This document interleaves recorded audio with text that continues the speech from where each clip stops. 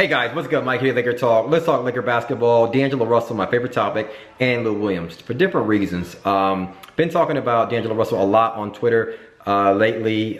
Just his inconsistent play and everybody giving their opinion on what's going on with D'Angelo Russell, whether they like him, whether they don't, etc. By the way, if you follow me on YouTube in between videos, if you want to chat with me, follow me on Twitter at Mike Sports LA. You can get with me. You can see what I'm talking about, day-to-day basis and things like that. Also, when talking about Lou Williams, his name has been coming up. We're at the midway point, All-Star break, trade deadlines coming in. So a lot of people are talking about Lou Williams possibly being traded. And I've gone on record in Twitter the other day saying that I don't want to trade Lou Williams. I'll talk about that in a second.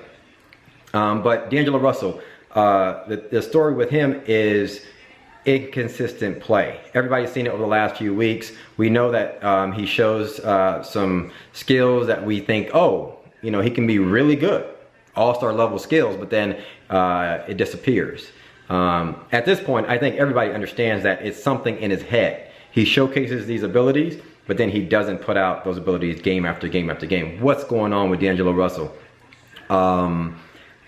Lakers film room, Pete, the voice behind Lakers Film Room, Lakers Film Room, you've probably seen his YouTube channel, really nice YouTube channel. He breaks down a lot of Laker videos, smart basketball mind. He put out a rant, audio, podcast, whatever, the other day, talking about venting his frustrations at D'Angelo Russell. I like Pete. Pete and I chatted, we go back and forth. We don't chat a lot, but I like Pete. We're cool. The difference between Pete and I is he's optimistic on D'Angelo Russell. He's a big D'Angelo Russell fan, and he points out literal reasons why D'Angelo Russell can be good. I'm pessimistic. I am not a believer in D'Angelo Russell for my various reasons, and that's the difference between us. And so I look at it from a fan's point of view. He doesn't pass the eye test for me, okay? It's been a couple years now from me calling him a bust. He's not a bust, but 98% of everything that I've reasoned on why I didn't like D'Angelo Russell, it still exists today. Talk about that in a second. But so Pete puts out a rant video, and I'm paraphrasing, but he goes on saying D'Angelo Russell showcases these above average NBA offensive skills that not every player have, and he's right.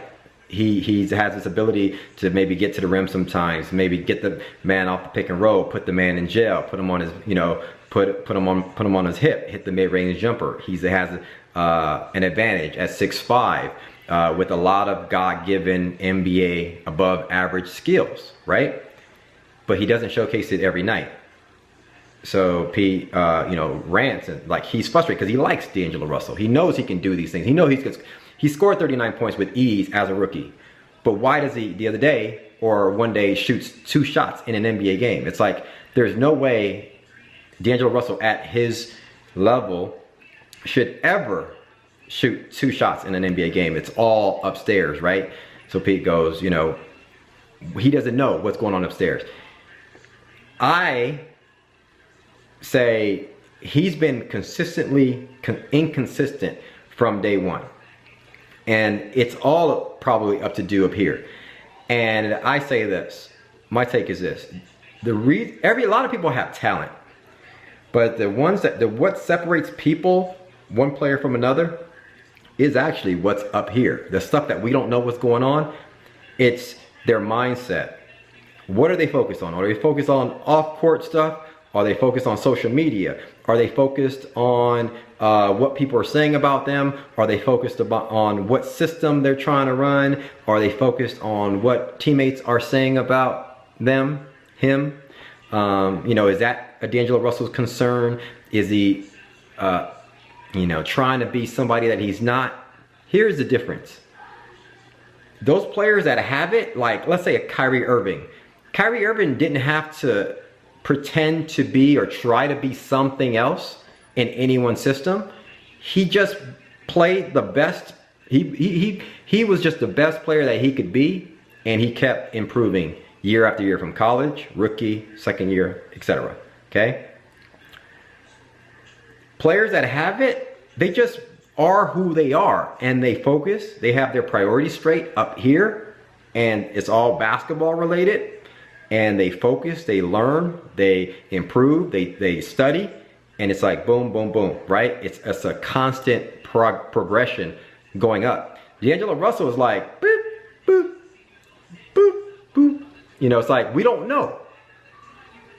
And in my opinion, in my eyes, that's what separates players that I think have it. When we say it's the it factor, he just doesn't have it. Some players have it and some players don't. In my opinion, D'Angelo Russell doesn't have it right now. He doesn't have that it factor. What am I saying? The player that I want to hang my franchise on, and I think he's going to be that franchise player. He's going to be a good player, no doubt, in the NBA. I'm not talking about that. I'm talking about, is he the guy that's we're gonna ride on? We're gonna get on his back and he's gonna carry us. He's not that guy. Okay, now that means, in my opinion, he's expendable. Could I get burned down the road when he's 6 years in and now he's gotten all his hit cleared and all that stuff? Sure, but I'm willing to bet on, if I say he's expendable, I'm willing to trade some young pieces for a proven all-star right now. Somebody that, you know, progressing this way instead of Right now we don't know what's going on in his head. And so, to be determined, that's my thought. It's the same thing that stops like a J.R. Smith, who has a God-given talent coming out of high school at 6'6", above average NBA jumper, and athleticism to get to the rim whenever he wanted. What stops someone like that showcase skills sporadically from progressing like this at an elite level? There's obviously off the court other stuff that goes on in his head that stops him from just being like what Kobe did, right? A weirdo in his room, studying film, practicing, studying all the best players in the world and trying to mimic them game after game like Kobe did for MJ. Take DeRozan, for example. DeRozan wasn't this elite basketball player out of college. He was good, but what did he do? He studied the next great player, Kobe Bryant, and studied his footwork, studied his mid-range game, studied his patience around the mid-range level, and that got DeRozan up to an elite basketball all-star level. That's the difference between everybody has talent. Everybody, and it makes it in the NBA, you're one of 7 billion people in the world that can play at that level. You have some God-given gifts. But it's the mindset that lets some players rise above just being good and using your God-gifted gifts. It's taking those God-gifted gifts and improving on that. I don't see D'Angelo Russell doing that. His focus is not on basketball right now. It's something else. I don't know if it's a girlfriend. I don't know if it's social media. I don't know if it's the video thing from last year and players still are not trusting in him. I don't know if it's Luke's system. Whatever it may be.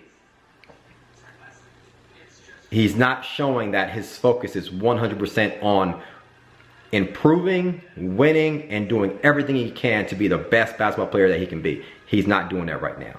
To be determined on D'Angelo. Lou Williams. Lou Williams have been in the news, in rumors, that he's the most tradable piece right now. Here's my opinion on this. I wanted to trade Lou Williams when I believed in our youngins. I'm out of patience. I don't believe in our young core. I think our young core is overrated. So what does that mean? I want to improve this year and improve next year.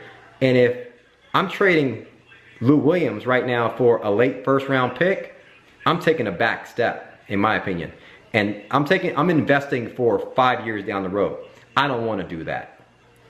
I'd rather keep Lou Williams at $7 million this year and next year and deal with him when he becomes a free agent. Lou Williams at 30 years old looks like he's 19. He plays like he's 19. He's never injured, and he puts up buckets in his sleep. At $7 million a year, I'm willing to keep that right now and next year rather than get some 19-year-old rookie that I got to wait 5 years for him to actually even produce at Lou Williams level. Okay, I don't want to do that. So I'm willing to keep Lou Williams on our team and say, you know what, you're going to be part of our rebuilding thing.